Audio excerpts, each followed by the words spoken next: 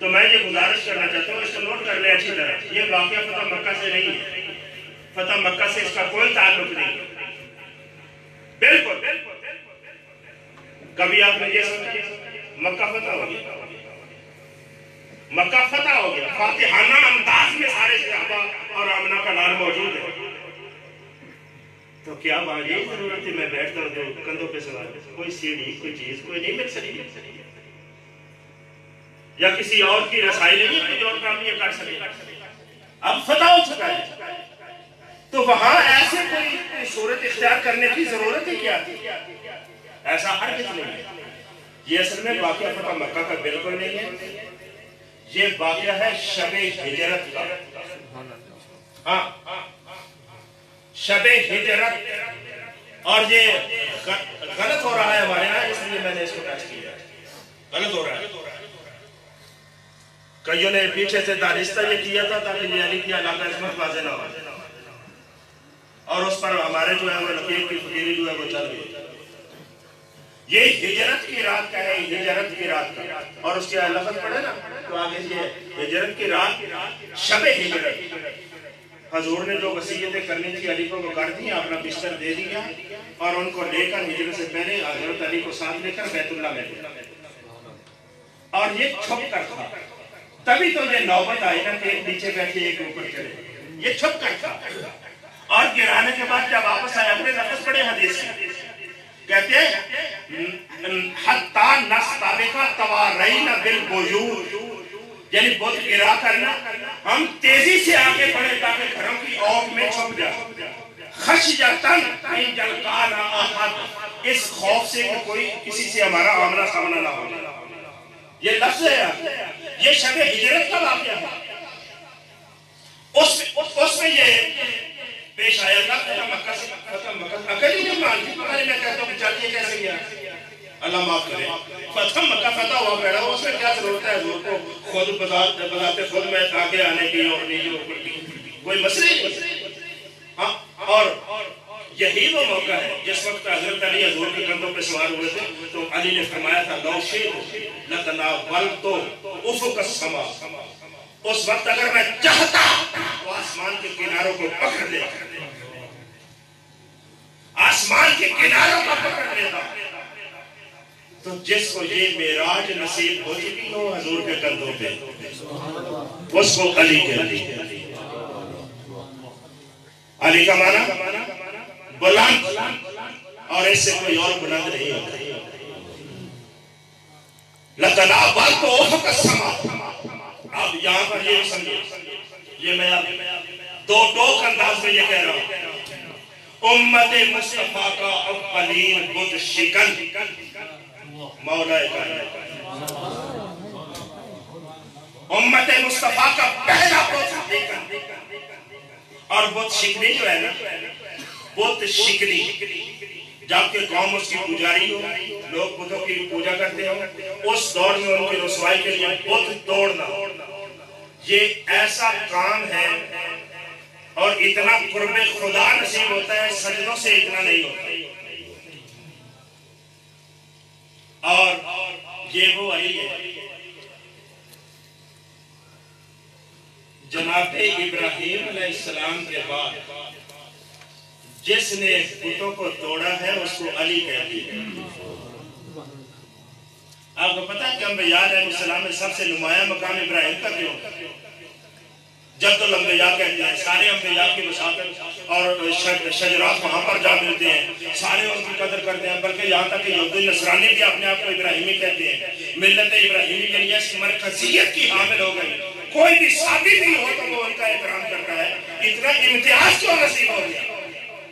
اس لیے کہ ابراہیم کو پہلے نبی ہے جنہوں نے اللہ کے دشمنوں یعنی بتوں کو ذلیل کیا، ہاں پہلے، اور ابراہیم جب ذلیل کیا، اب یہ نقطہ بھی سمجھ لیں، ذلیل کیا، انبیاء کے طبقات اور بھی ہیں، پیچھے بھی ہیں، یعنی یہ میں بہت سازی کی تاریخ نہیں دے رہا، بہت سازی ہو چکی تھی، لیکن یہ بہت شکنی کا مرحلہ سب سے پہلے ابراہیم علیہ السلام نے کیا، تو اللہ پاک نے فرمایا آج سے تجھ پر اور تیری آل پر درود شروع ہو گیا۔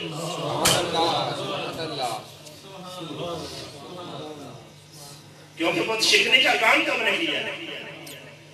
ٹھیک ہے کوئی جوتی پہ جا لگا کوئی کدھر گیا وہ تو میرے ہی نام ہے نا. میرے دشمن کو رسوا کس نے کیا؟ ابراہیم تو نے کیا. درود شروع درود شروع. اور پھر کما کے ساتھ دیکھیں نا, کما کے ساتھ کیا ابراہیم آل ابراہیم کما, یعنی تشبیہ ادھر ہی لے جاتے ہیں ابراہیم اور آل ابراہیم دیتے ادھر سیدنا محمد و آل محمد. کیوں؟ آل محمد کا پہلا فرد علی ہے. آل محمد کا پہلا فرد علی ہے. جناب ابراہیم نے بہت شکری کی ہے, ان کے بعد جناب علی کے منتظر. درود کا استحقاق صرف انہیں ملتا ہے جو خدا کے دشمن کو رسوا کرے بس. اور جو بھی اس کے بعد اگر کسی کو اعزاز میں نصیب ہوتا ہے تو وہ ان کی اتباع میں ہوتا ہے. یعنی ایک ہوتا ہے کسی دور میں ایک طرز رائج کرنا, وہ فقط ان ہی کے حصے میں وہ صلاح کے مستحق ہوتے ہیں. شاید پہلے آپ نے, میں کئی دفعہ یہ بیان کر چکا آپ کے ذہن میں, جب حضرت موسیٰ کلیم اللہ چھوٹے سے تھے نا تو وہ آسیہ نے انگاروں بھری پلیٹ اس کے سامنے کی تو آپ نے وہ انگارہ پکڑ لیا اور زبان منہ میں رکھ لیا. تو زبان کو اس نے جلایا جس میں مشہور ہے جناب موسیٰ کو لکنت پڑھ گئی, پھر دعائیں کی رب اشرح لی صدری وغیرہ وغیرہ. لکنت اس پر امام راضی نے یہ سوال کیا, انہوں نے کہا تعجب تو یہ ہے کہ انگارہ پکڑا, بچے کے ہاتھ کو اس نے نہیں جلایا, جا کر منہ کو جلایا ہے. یعنی ہاتھ جو لگایا انگارے کو, فطرت یہ ہے کہ وہ گرم ہو تو بچوں اس کو پھینک دو. وہاں اس نے کوئی اثر نہیں دکھایا, جب منہ میں رکھا تو زبان کو وہ جو ہے اثر کر دیا. اس کی وجہ کیا ہے؟ تو وہاں راضی کہتے ہیں سید المفسرین رحمت اللہ تعالی علیہ, وہ کہتے ہیں اصل بات یہ ہے کہ یہ ہاتھ وہ تھا جس نے فرعون کے منہ پہ تھپڑ مار دیا.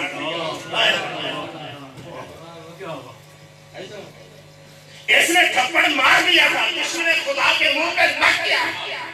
اور جس کو یہ سعادت نصیب ہو جائے کسی جہان کی آگ اس پر اثر نہیں کر سکتی. تو کیا سمجھتے ہیں وہ آل رسول جو جدوجہد کی سنت کی اولین موجد ہے, جنت ان کو تلاش نہ کرے تو کیا کرے؟ جنت تلاش. میں تو یہ بھی جملے ہلکے سمجھتا ہوں کہ جنت جو ہے وہ حسین کے پاس ہوگی, حسین ہوگی. یہ کیا بات ہے خدا کے بندوں کی جنت. میں نے جہاں تک قرآن سے جہاں پوچھا نا, قرآن تو اعراف رجال, ہمارے یہاں تو یہ آوازیں لکھتے ہیں مثلا ایک جنت ہے ایک دوزخ ہے, درمیان میں ایک مقام ہوگا, مقام اعراف ہوگا. کتابیں بڑی پڑی ہیں آج بھی. اعراف کا مقام ایک درمیانہ ہوتا ہے, اس میں کیا ہوگا جی؟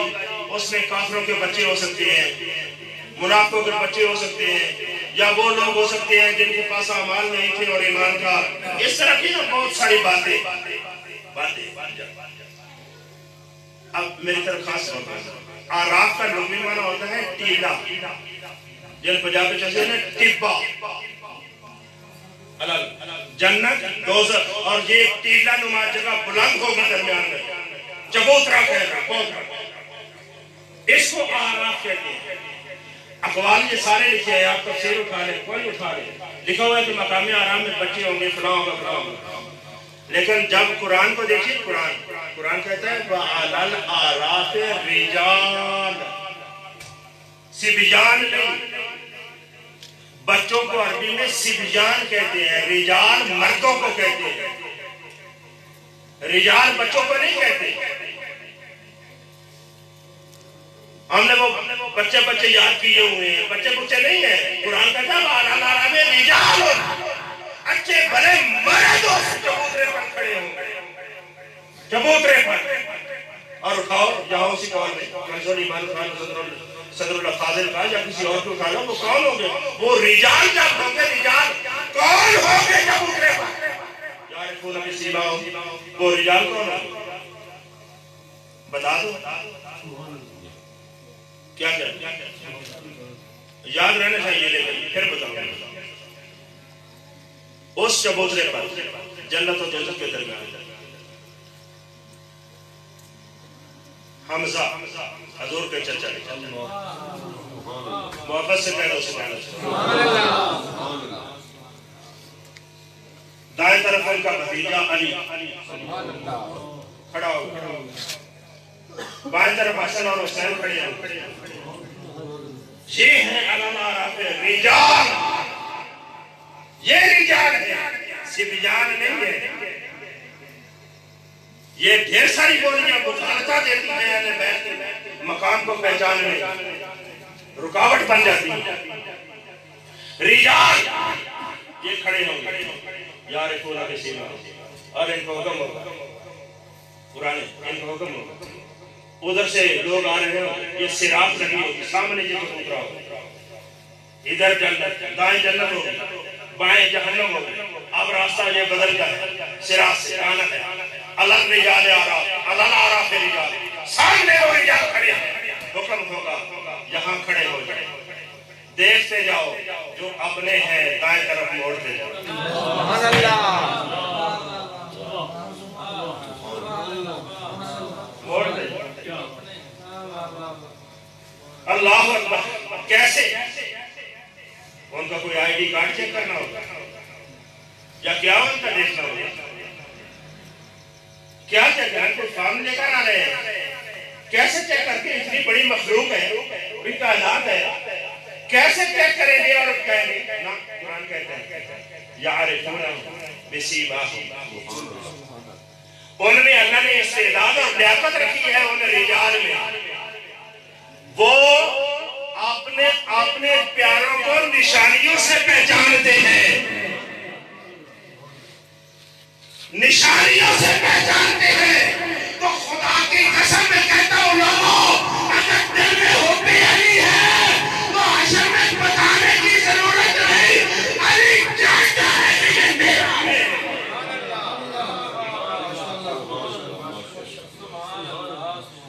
کوئی کارڈ بنانے کی ضرورت نہیں ہے، کوئی کارڈ کی ضرورت نہیں ہے. علی ابھی یہ پڑھ رہے تھے نا ہمارے ساتھی، منظر فضائے دہر میں. یہ دہر جو ہے نا، دہر صرف اس زندہ، یہ جو گیتی ہے نا ہماری زندگی، اس جہان کو دہر کہتے ہیں. حال تعالی الانسان حین من الدہر لم یکن شیئا مذکورا. دہر صرف اس کو کہتے ہیں، یعنی جب سے یہ دنیا کا آغاز ہوا اور اختتام تک، یہ جو ہے دہر ہے. اب اگلا جہان جو ہے وہ اس دہر کے دائرے میں نہیں ہے، وہ سبحان اللہ دہر.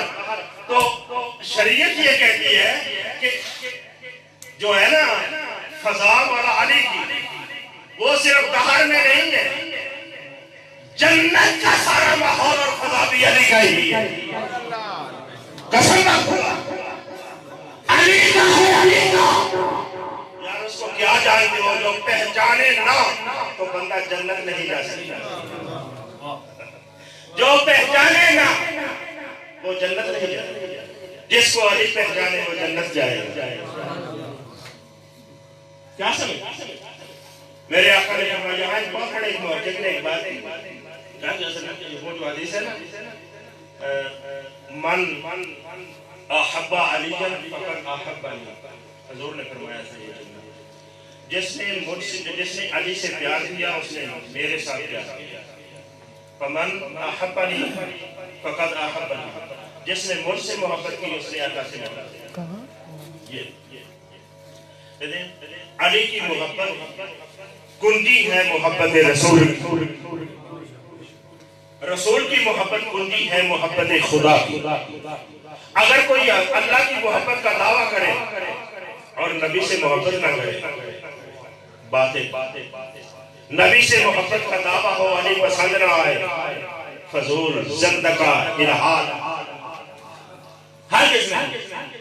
اس مضمون کو ہلکا کرنے کے لیے یہ چند روایات، چلو یہ علمی ذوق کے حوالے سے کچھ روایات بھی گڑی گئی. مثلا یہ من احب العرب فقد احبنی، جس نے عربوں سے پیار کیا اس نے میرے سے پیار کیا. من احب قریش فقد احبنی، جس نے قریش سے پیار کیا اس نے مجھ سے. من احب، عمر کے لفظ بھی ہیں، فقد احبنی، اس نے مجھ سے پیار کیا. میں یہ بتانا چاہتا ہوں یہ جتنی روایات میں کہہ رہا ہوں بس اس وقت یہ ساری جھوٹ پر مبنی ہے، یہ اس طرح مضمون روایتوں میں لائے گئے تاکہ مولا علی کی خصوصیت نہ قائم رہے، اس عداوت اور بغض کی بنیاد پر لائے گئے، ورنہ کچھ بھی صحیح نہیں سوائے اس کے کہ حب علی کنجی ہے حب رسول اور بغض علی یہ بغض رسول کی دلیل ہے۔ بغض علی بغض رسول کی دلیل ہے، جس نے علی سے بغض کیا اس سے بڑی اور کیا چیز کہتے ہو؟ خدا کی قسم نفس رسول کا میں نے کہہ دیا۔ دیکھیں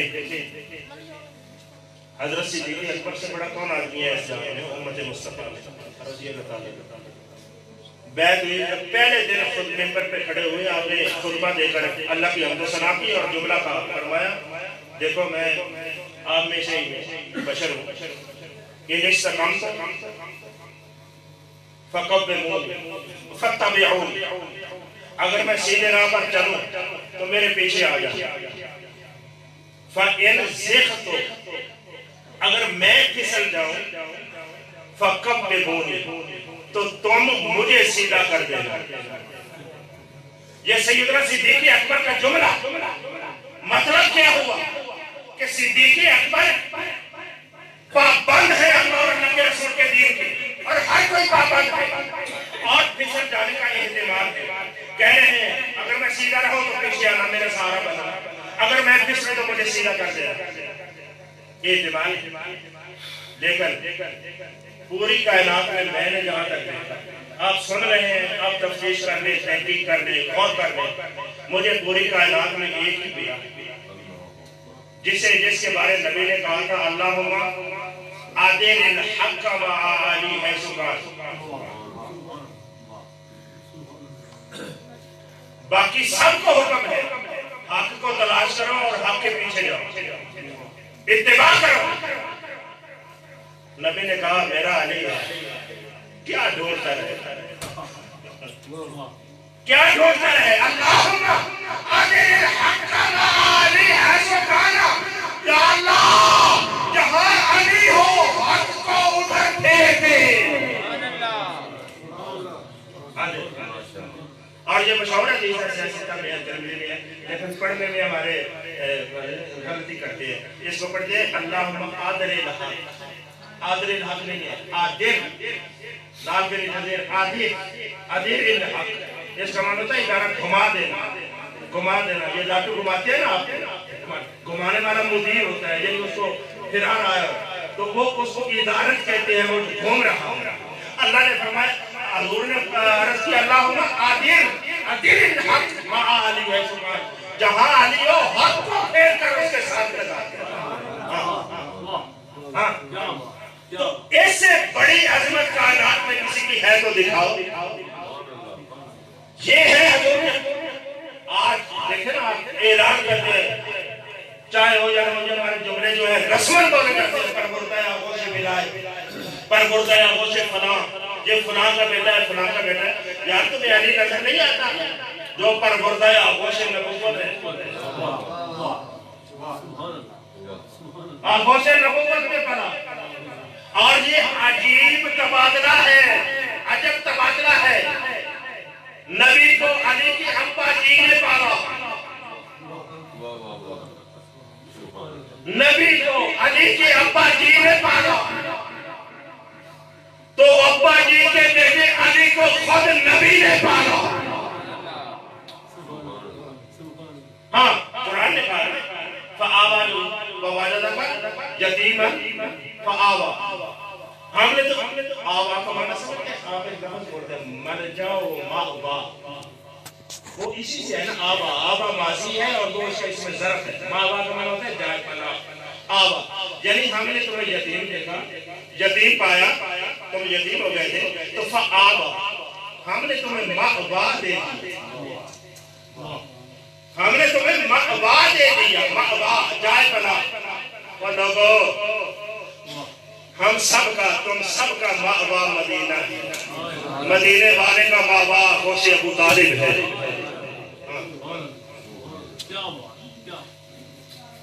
لفظ ہے وہاں تفسیر کوئی نہیں اٹھاؤ انسما معاہم تمہیں ان میں ضم کر دیا جوڑ دیا تو کمال ہے وہ ماں باپ آگوش ابو طالب حضور کی ماں باپ ہے اور آگوش نبی علی کی ماں باپ ہے علی یار اگر سمجھنے والا دل ہو تو اتنا کافی ہے علی کو پالنے والا نبی ہے اور خدیجہ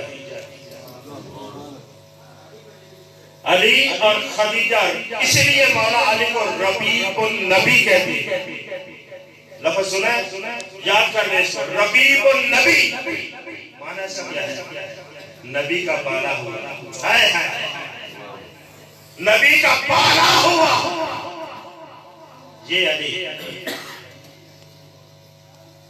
جس کو نبی پالے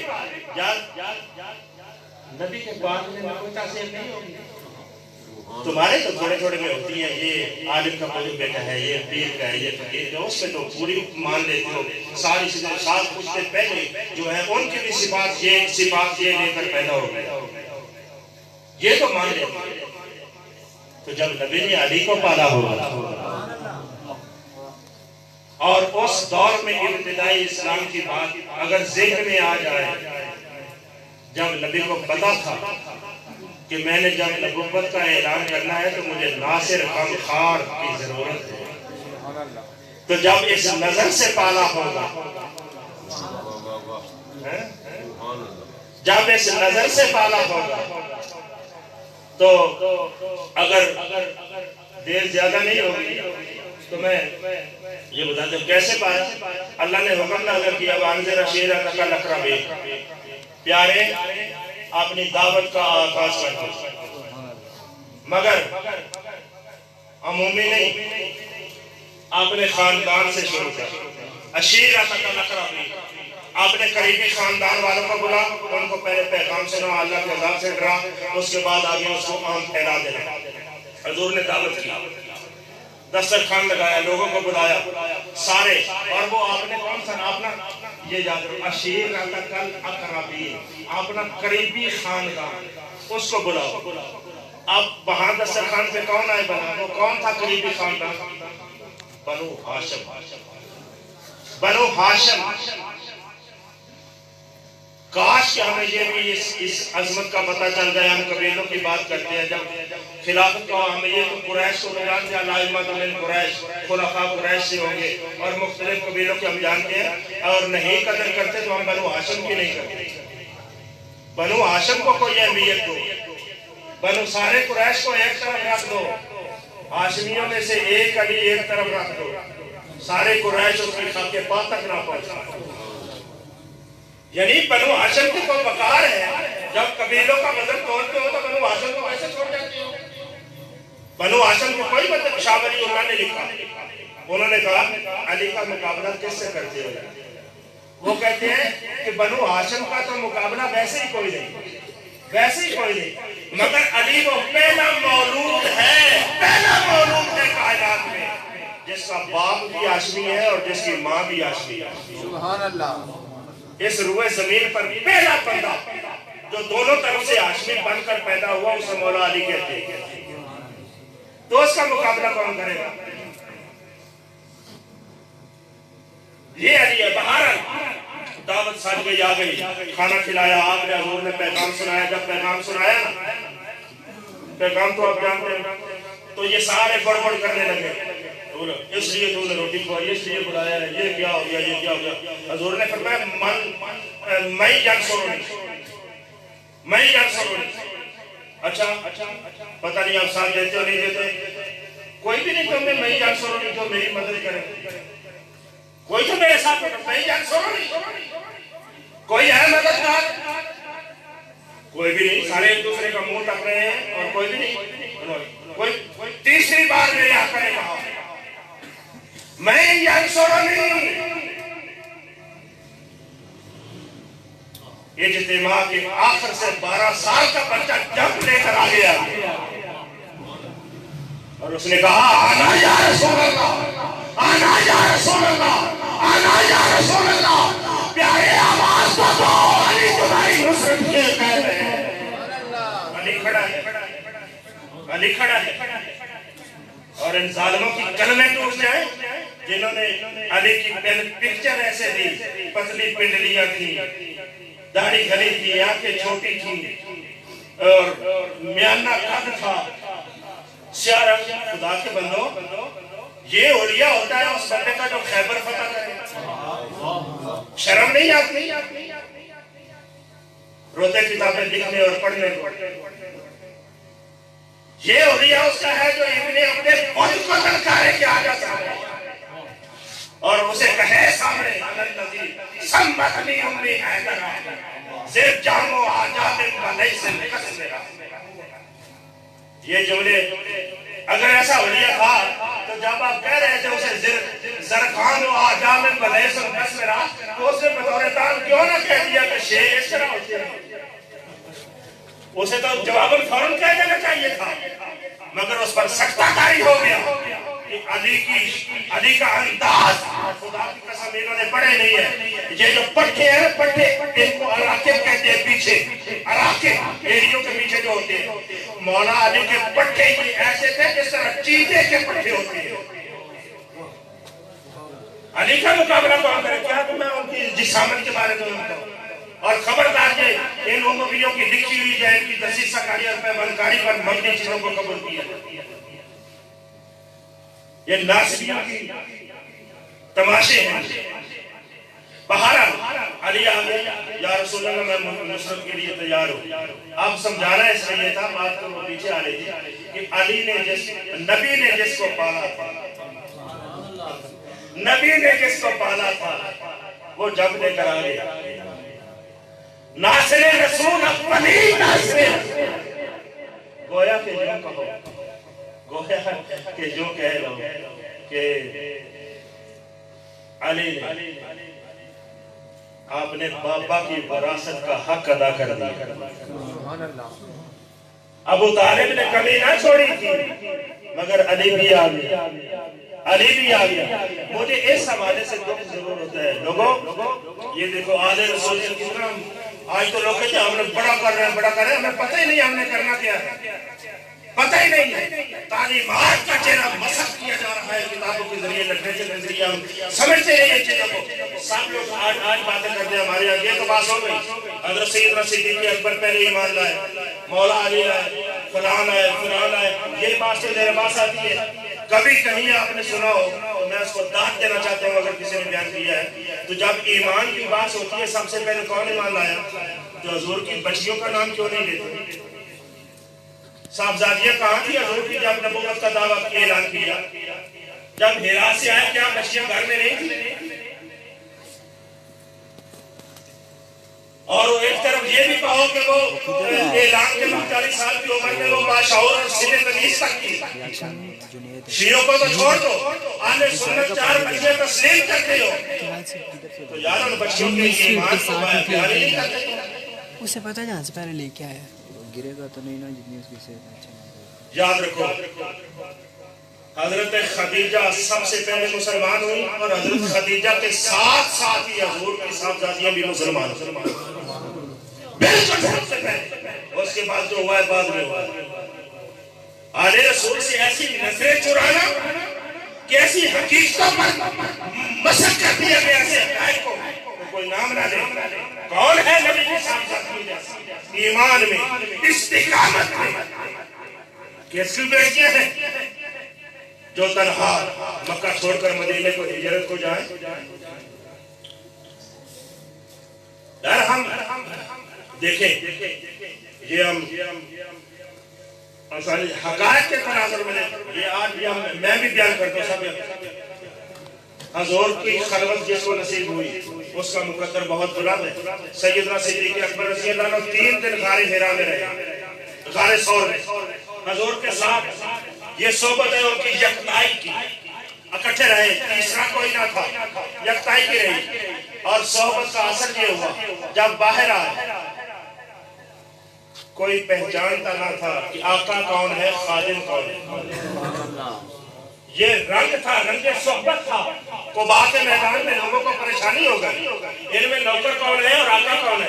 تو حضرت ابو بکر نے یہ معاملہ بھانپ لیا تو آپ اٹھے چادر اتار اپنی دستار اتاری اور حضور پر سایہ کر دیا تاکہ لوگ سمجھ جائیں کہ آقا کون ہے، خادم کون ہے۔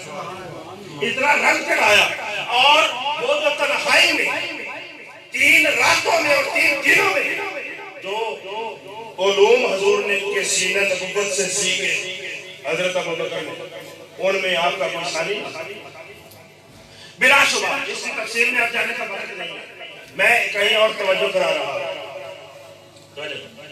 خدا کی قسم اس میں ابو بکر کی جیسی کوئی اور مثال نہیں، تنہائی نصیب ہوگی، بلکہ اس میں اگر حدیث سے میں پیش کر سکتا ہوں کہ ان لوگوں کی تاثیر کیا مرتب ہوا، بڑا کوٹی یہ فیضان جو مجھے سرایا 3 دنوں میں 3 راتوں میں، یہ انہی کا نصیب ہے۔ لیکن میرے بھائی 3 راتیں سور میں ابو بکر کے ساتھ تو ہم نے یاد رکھا، مگر 3 سال شیب ابی طالب کی علی کے ساتھ بھول گئے۔ 3 سال شیب ابی طالب نے علی کے ساتھ، وہ کہاں گئے؟ کیا ان میں فیض نہیں ہے؟ کیا اس دوران کوئی وحی نہیں ہوتی؟ کیا کرے گا؟ اور یہ آپ کے علم نہیں ہوگا، شیب ابی طالب کے علی تھے اور بنو ہاشم کے افراد تھے، بارڈر پہ پہرا دینے والے ابو طالب۔ مثلا حضرت ابو بکر صدیق وہ شیب ابی طالب میں نہیں ہے، وہ معاشرے میں نہیں ہے۔ حضرت عمر ہے معاشرے میں نہیں ہے، عثمان ہے معاشرے میں نہیں ہے، وہ سارے باہر ہے، آزاد ہے۔ معاشرے میں جس نے حضور کی رفاقت میں 3 سال کاٹے ہیں وہ علی ہے۔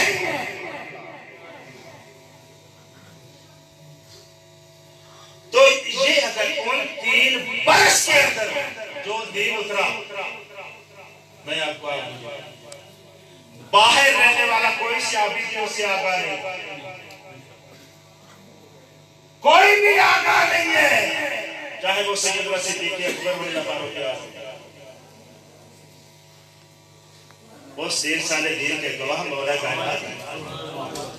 سمجھے آپ من کان علی بینۃ من ربہ ویتبعہ شاہد۔ تو یہ اندازہ کرو کہ کس نہج پر تربیت ہو رہی ہے، کس نہج پر تربیت ہو رہی ہے، اور مولا کائنات کو کس لیے بنایا جا رہا ہے، کس کے لیے سنوارا جا رہا ہے۔ تو حضرات یہ ایک الگ بات ہے، آپ کسی پہلو میں گفتگو کریں، ہم نے کسی خاص پہلو میں نہیں کہ آپ کی جرت میں، دلیری میں یا آپ کی علوم میں وغیرہ وغیرہ، یہ ایک مجموعی طور پر مقام و منصب سمجھانے کے لیے۔ علم میں آپ کیا کریں گے؟ مثلا وہ کسی شاعر نے کہا، میں نے اس پر پوری ریسرچ کے ساتھ یہ کہا ہے، آپ اس شاعر کے کلام میں کہتے شاید شاہ نصیر کا یا کسی اور کا ہے، آج تک صرف 2 ہی نے سلونی کہا، آج تک۔ یہ پہلا اس کا مطلب ہے مجتبا ہے علی، مقتدا ہے علی، مقتدا ہے علی، مجتبا ہے علی۔ آگے ہے آج تک صرف 2 ہی نے سلونی کہا، ایک خیر البشر دوسرا ہے علی، ایک خیر البشر دوسرا ہے۔ یعنی کسی کی علم کا کیا اللہ اپنی اس میں ختم بھی کرتے ہیں۔ یہ سورہ نور میں ہے، فی بیوت اذن اللہ ان ترفع ویذکر فیہا اسمہ۔ اس کا مثلا آپ اس گھرانے کو سمجھ جائیں نا، آگے خدا کی قسم یہ وضاحتیں بہت زیادہ ہیں، مجھے اصل میں سمجھ نہیں آتی ہے اس طرح میں کہاں سے شروع کروں۔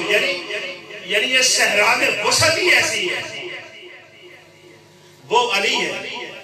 یعنی آگے وہ کہہ رہے تھے ایسا کوئی پیر دکھا تو خدا کے بندہ، وہ علی ہے، وہ پیر۔ یہ تو پیر آج کے ہیں جن کے بارے میں اقبال نے کہا تھا ان پیروں کو مخاطب کر کے کہ گیس پیدا ہو تیری محفل میں ممکن نہیں، گیس پیدا ہو تیری محفل میں ممکن نہیں، تنگ ہے صحرا تیرا محمل ہے بے لیلا تیرا۔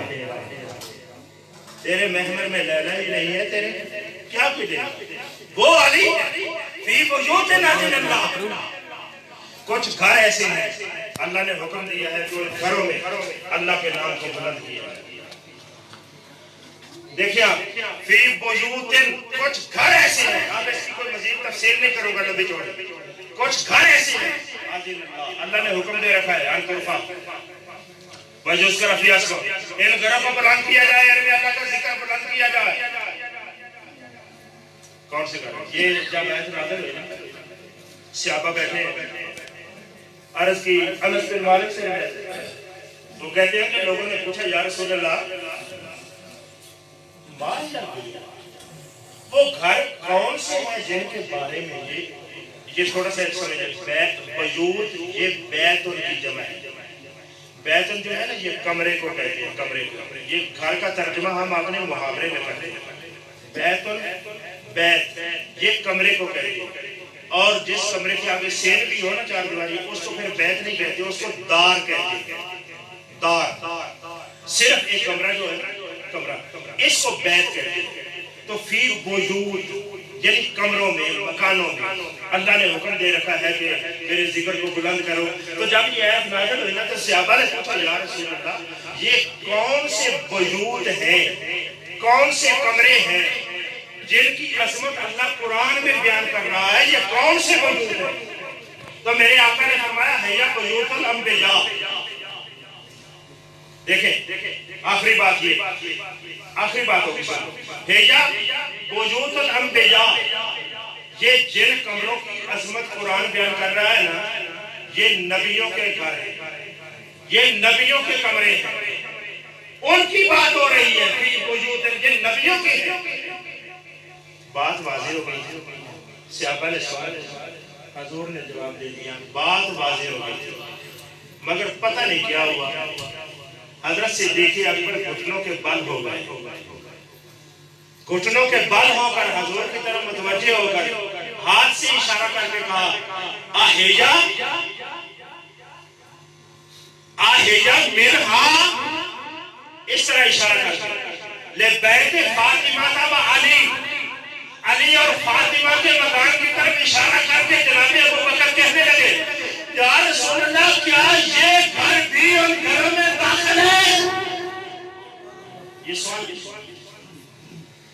مگر یہ حدیث صحیح ہے روایت صحیح ہے حدیث صحیح ہے قرآن صحیح ہے اس پر کوئی تبصروں کو یا مزید حوالوں کی ضرورت نہیں ہے لیکن تعجب ہو رہا ہے یہ گھر کون سے حضور نے فرمایا نبیوں کے بات ختم سوال بنتا ہی نہیں تھا مگر تم تو کہتے ہو نہیں بنتا تھا پر ابو بکر کو بھی کچھ تو بات ہے نا ان کے ذہن میں کوئی تو بات ہوگی نا جس نے مجبور کر رکھا ہے بڑے بڑے انعماق کے ساتھ سوال کر رہے ہیں کیا یہ فاطمہ اور علی کا گھر بھی اور گھروں میں ہے